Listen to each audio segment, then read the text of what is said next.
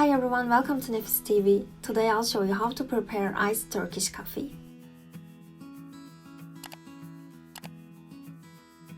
Firstly, gather 1 teaspoon of coffee and 90 milliliters of water together in a coffee pot. We call it cezve. If you prefer your coffee with sugar, then add sugar as well. And slowly bring it to a boil over medium heat. This will take about 3-4 minutes, so keep a close eye on it. Remove from heat when foam builds up. Fill a serving glass with ice.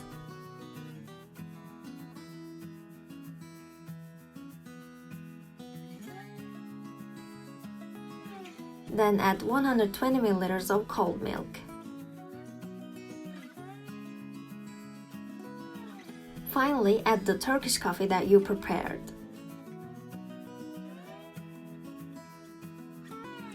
You can decorate the glass with whipped cream and cocoa powder, or put a scoop of vanilla ice cream and top it up with some chocolate syrup.